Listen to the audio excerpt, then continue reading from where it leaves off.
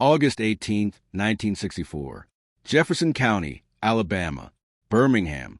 A storm had rolled in just after sunset, the kind that turned the red clay streets slick and made every ambulance siren sound farther away than it was.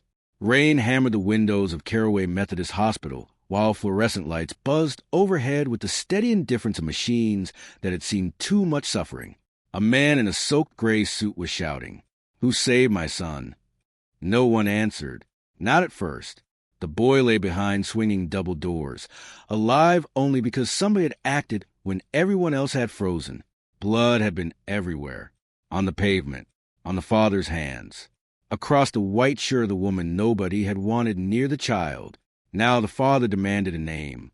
And every eye in the emergency corridor slowly turned toward the black woman standing against the wall. She still held her hat in both hands. Rainwater dripped from its brim. She said nothing, because she already knew what came after moments like this. The silence, then the questions, then the disbelief. Let me tell you about that silence. It was a silence many black Americans knew by heart in 1964, a silence that arrived after competence, after courage, after doing exactly what needed to be done, a silence that asked not what you had accomplished, but who you were allowed to be. Outside, Birmingham was changing, slowly, painfully. Only a year earlier, the city had become a battleground of the civil rights movement. The photographs had traveled around the world. Children facing police dogs, fire hoses bending bodies backward, church pews filling with prayers and grief. The newspapers carried names, dates, headlines. History remembers those images. But history often forgets the ordinary people who carried knowledge quietly. People who learned to save lives in places that refused to recognize their skill. The woman standing in that hallway was one of them. Her name was Evelyn Carter. And almost nobody in that hospital knew who she really was. A nurse passing by glanced at her stained blouse and looked away. A police officer near the entrance shifted uncomfortably. The boy's father stared at her with confusion rather than gratitude. He had seen her before. He simply had not noticed her.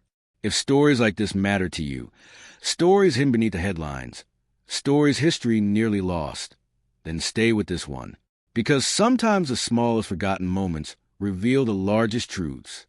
The storm rattled the windows. Somewhere down the corridor, a telephone rang.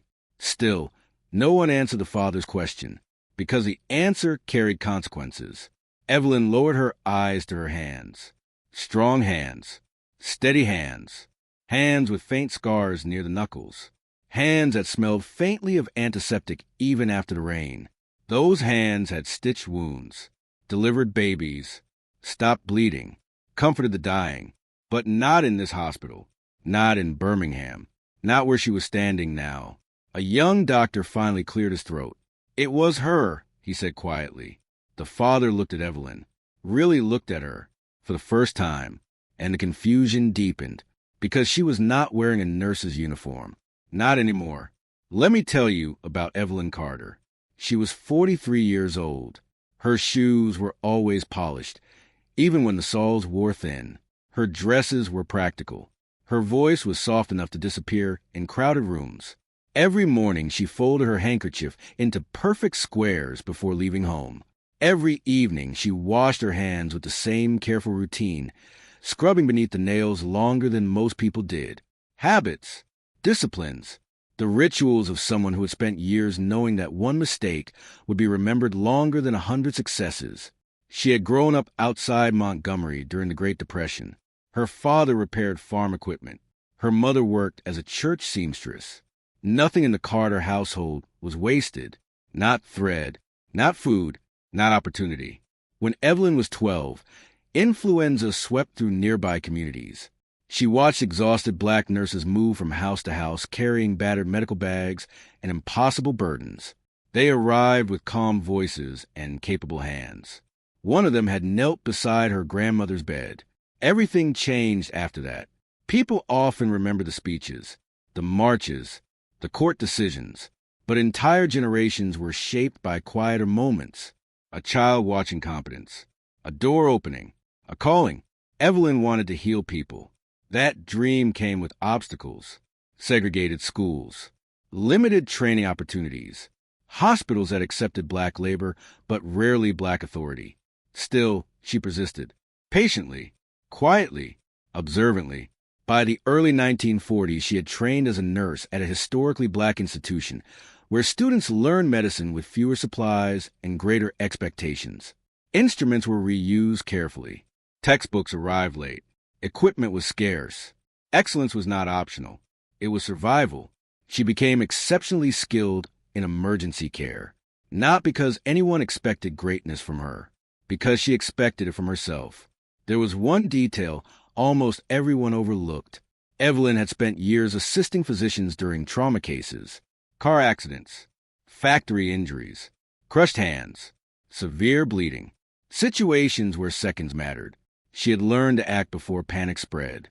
She had learned that hesitation could kill, and that knowledge was sitting quietly in the hallway while everyone struggled to understand what had happened. The father finally spoke. "My son was dying." Evelyn nodded once. "Yes," she said softly. "You knew what to do?" Another pause. Rain struck the windows harder. "I did." But there was still something nobody understood. Something that explained why she was not wearing a uniform. Something that explained why she had been standing outside the hospital instead of working inside it. Something that explained why several people in that hallway suddenly looked terrified. Because Evelyn Carter had once applied for a position at that very hospital. And what happened next had changed the course of her life. The rejection arrived on a Thursday. The envelope was plain. The paper inside was brief. Caraway Methodist Hospital thanked Evelyn Carter for her interest, acknowledged her qualifications, and informed her that no nursing position was available. It was a familiar kind of letter. Polite, professional, impossible to challenge. Yet everyone in Birmingham understood that many opportunities disappear behind language that never mentioned race while depending on it completely. Evelyn folded the letter into perfect thirds. She placed it inside a small wooden box with her nursing certificate, a photograph of her graduating class, and several handwritten notes from patients whose names history never recorded. She did not burn it. She did not curse it. She simply returned to work the following Monday. Let me tell you about the place that welcomed her when larger institutions would not. On the western side of Birmingham stood a modest community clinic supported by black churches, neighborhood donations, and physicians who believed skill mattered more than appearances. Paint peeled from the porch rails. The waiting room chairs did not match. During summer, the ceiling fans pushed warm air more than cool air. But people trusted the hands inside that building. Coal miners came carrying broken fingers. Steel workers arrived with burns. Children appeared with fevers in the middle of the night. Mothers carried infants wrapped in warm blankets. Nobody asked whether there was enough equipment. They asked whether Miss Carter was on duty. She almost always was. Dr. Samuel Brooks, the clinic's senior physician, noticed something unusual about Evelyn almost immediately. She never hurried, even during emergencies. Her calm slowed everyone else's panic. "Watch her eyes," he once told a young trainee. Before her hands move, her eyes have already solved half the problem.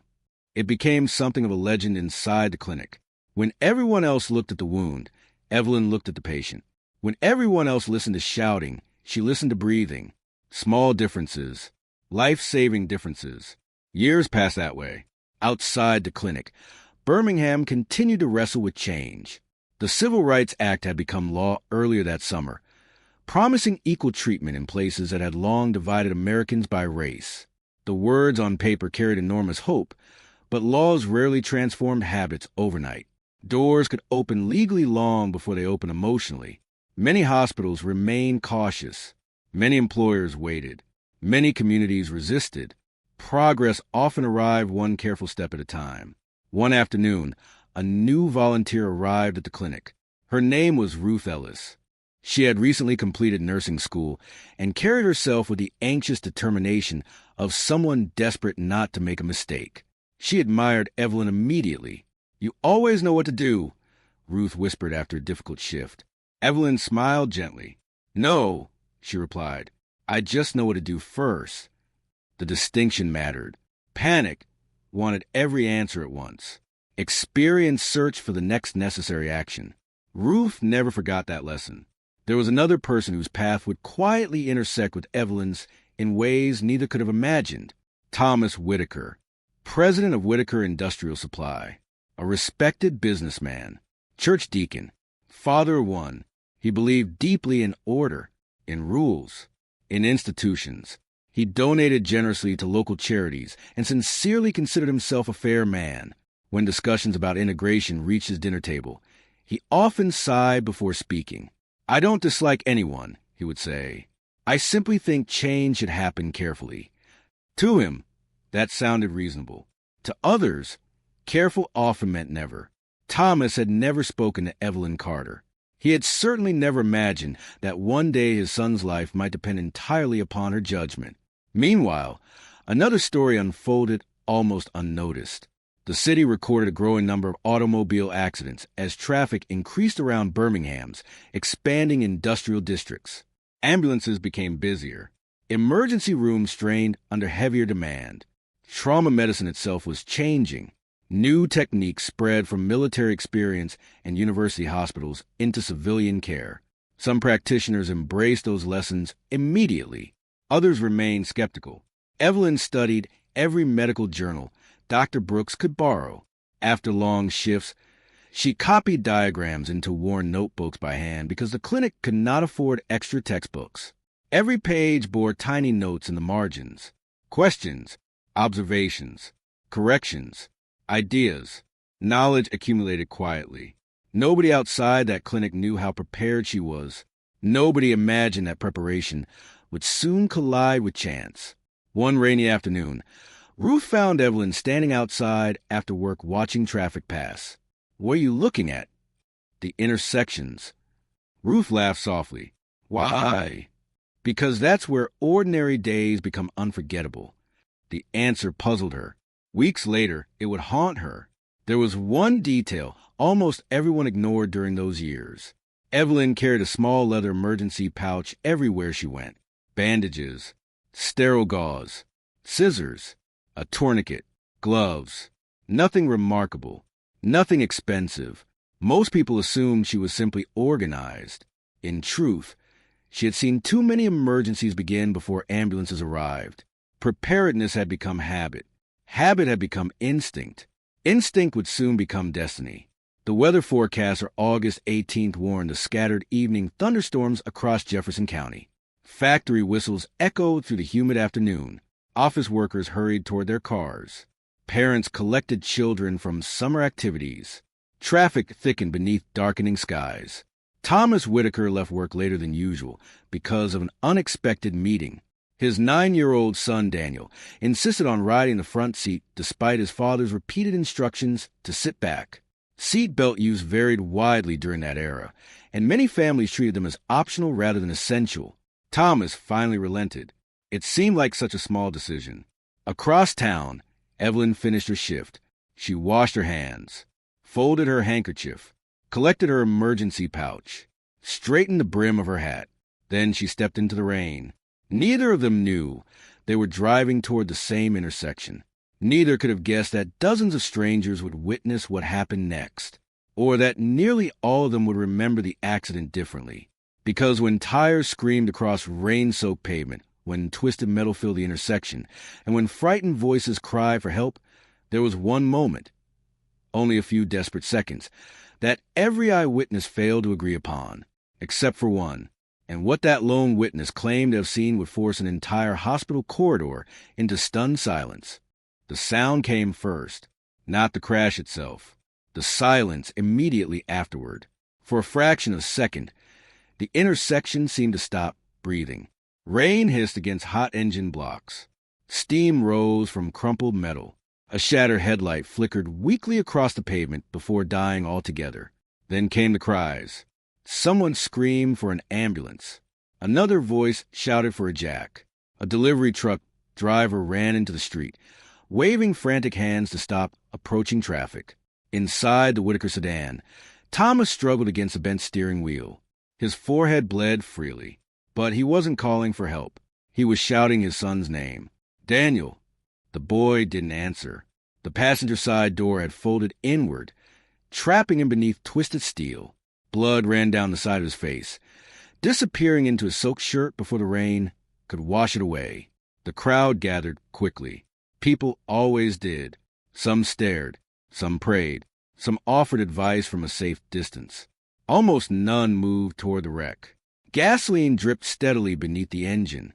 The sharp smell spread through the humid air. "Don't touch anything," someone yelled. The car could catch fire.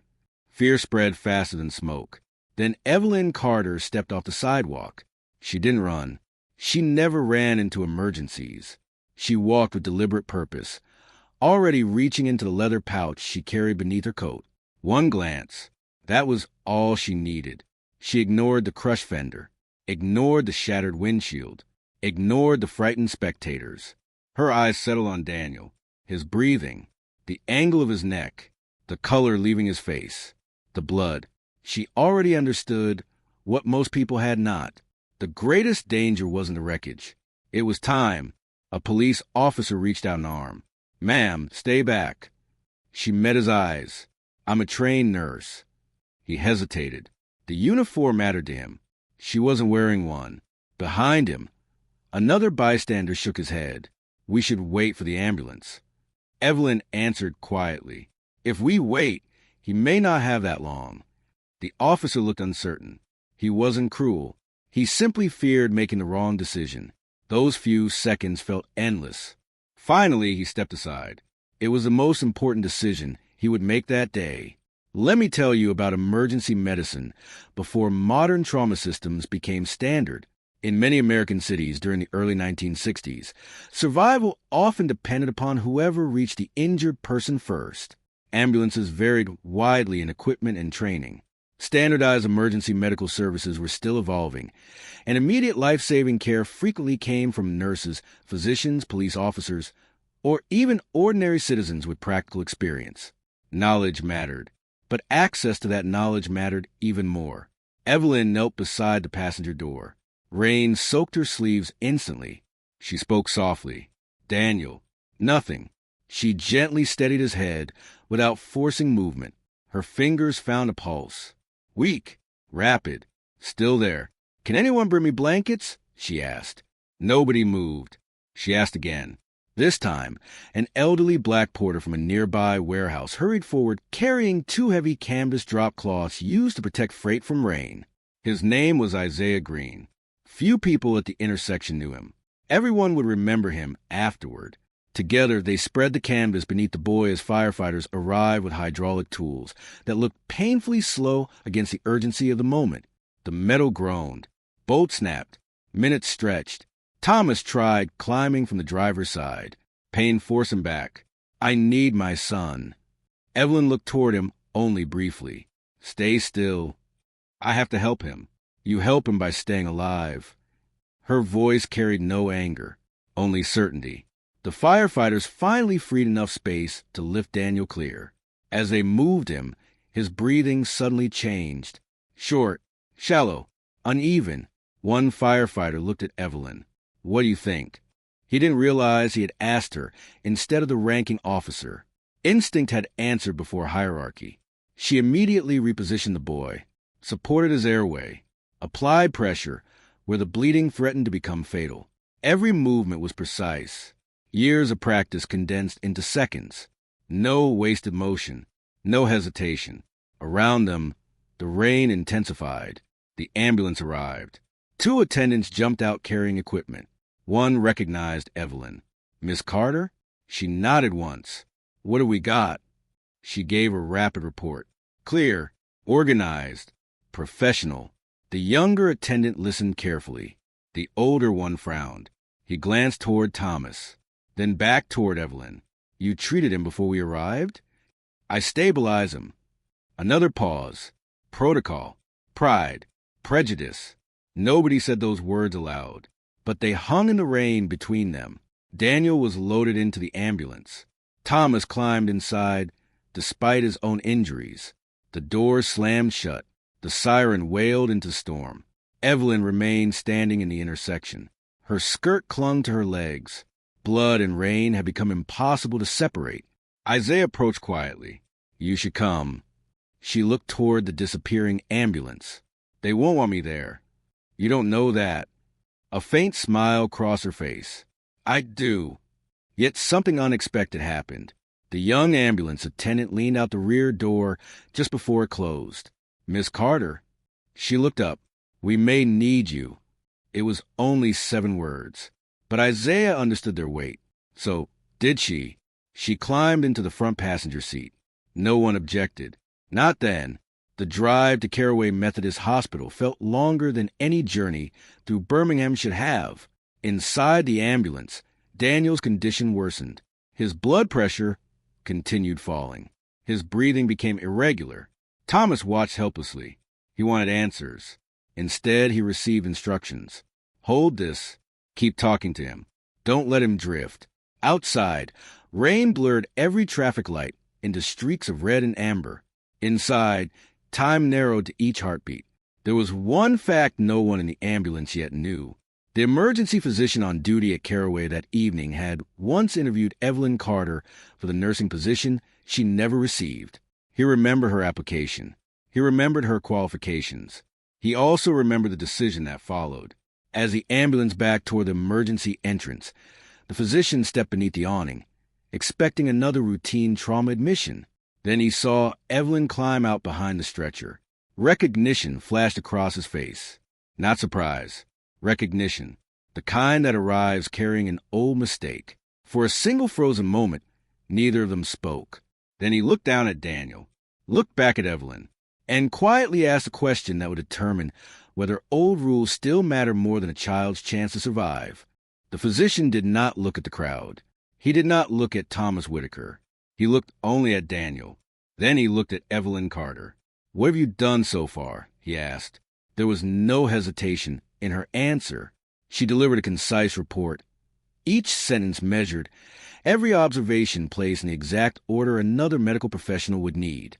Mechanism of injury, estimated blood loss, changes in breathing, pulse, response, interventions already performed. The physician listened without interrupting. When she finished, he turned to the trauma team. Move. The hallway exploded into motion. Rubber soles squeaked across polished floors. Metal carts rattled. Sterile instruments clinked together. The scent of antiseptic overtook the smell of rain. Daniel disappeared through the double doors. Thomas tried to follow. A nurse gently stopped him. We'll do everything we can. The doors swung closed. Silence returned. Only this time it carried hope. Thomas lowered himself into a wooden chair, his hands still stained with his son's blood. Across the corridor stood Evelyn. She had no reason to remain. Her work was finished, yet she stayed, not for recognition, for certainty. She needed to know the boy would live. Nearly an hour passed. The storm outside weakened into a steady drizzle. One by one, the people who had gathered after the accident drifted home.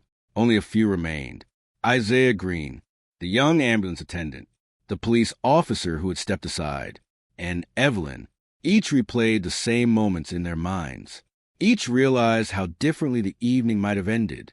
Finally, the operating room doors opened. The physician removed his surgical mask. His shoulders sagged with exhaustion. The bleeding is under control, he said. He'll live. Thomas closed his eyes. A breath he had been holding for nearly 2 hours escaped all at once. His knees nearly gave way. When he found his voice again, it was quieter than anyone expected. Who saved my son? The physician looked toward Evelyn. So did the nurse beside him. So did the ambulance attendant. Even the police officer nodded. No speeches followed. No applause. No dramatic declaration.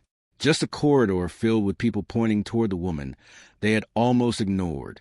Thomas stared at her. The memory returned in painful fragments. The intersection. The rain. The officer's hesitation, his own panic, her calm voice, her steady hands. Everything became painfully clear. He crossed the hallway slowly. I'm sorry, he said. The words were simple, perhaps too simple for everything they carried. I thought. He stopped. He could not finish the sentence, because he finally understood what he had believed without ever saying aloud. Evelyn spared him the struggle. You thought someone else would know better. Thomas nodded. Ashamed. Yes. She offered a gentle smile that carried neither triumph nor resentment. What mattered, she replied, was Daniel. Nothing more, nothing less. That answer stayed with Thomas Whitaker for the rest of his life. In the weeks that followed, Daniel recovered steadily. His injuries required months of healing, but he returned home. Neighbors visited. Church members brought meals. Friends spoke often of luck. Thomas corrected them every time. It wasn't luck, he would say. It was a nurse. He always used that word. Nurse. Not woman. Not stranger. Not passerby. He wanted people to understand exactly what they had failed to see. Let me tell you about the physician who interviewed Evelyn years earlier. Dr. Robert Gaines had never considered himself prejudiced. He believed he was simply following the customs and hiring practices of his institution. Like many people of his generation, he confused conformity with fairness. The events of that rainy evening forced him to confront a question he had avoided for years. How much talent had been turned away? How many capable professionals had been denied opportunities not because they lacked skill, but because society refused to imagine them in positions of authority? Those questions offered no easy comfort, only responsibility. Months later, when hiring policies began changing under the growing influence of the Civil Rights Act, Dr. Gaines quietly supported recruiting qualified black nurses into positions previously closed to them. He never claimed credit. He simply stopped standing in the way. The police officer carried another lesson. For years afterward, whenever younger officers asked about emergencies, he repeated the same advice. Listen before you assume. He never forgot how close hesitation had come to costing a child his life. Isaiah Green returned to the warehouse the next morning. Few people knew he had helped carry Daniel from danger. That never troubled him. He often told his grandchildren that courage rarely arrived wearing medals. Sometimes it wore work boots stained with rain and warehouse dust. As for Evelyn Carter, she continued serving her community with the same quiet discipline that had always defined her. She never sought newspaper interviews. She never asked for awards. She folded her handkerchief every morning, polished her shoes, packed her emergency pouch, and walked into each day prepared for whatever need might find her. Her greatest satisfaction came from ordinary moments. A child leaving the clinic healthy, an elderly patient smiling again, a frightened family returning home together. Those victories never appeared on front pages, yet they transformed lives. History often celebrates famous speeches, landmark court decisions, and nationally recognized leaders. Those achievements deserve remembrance. But beneath every movement for justice stood countless individuals whose names rarely entered textbooks. Nurses, teachers, mechanics, church volunteers, railroad workers, parents, neighbors, people who met prejudice not with surrender, but with excellence sustained over years of quiet perseverance. Their stories remind us that history is not shaped only in Capitol buildings or courtrooms.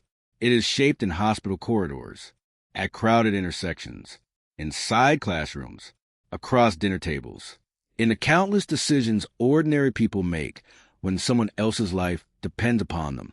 Whether every conversation in this story happened exactly as told is impossible to know.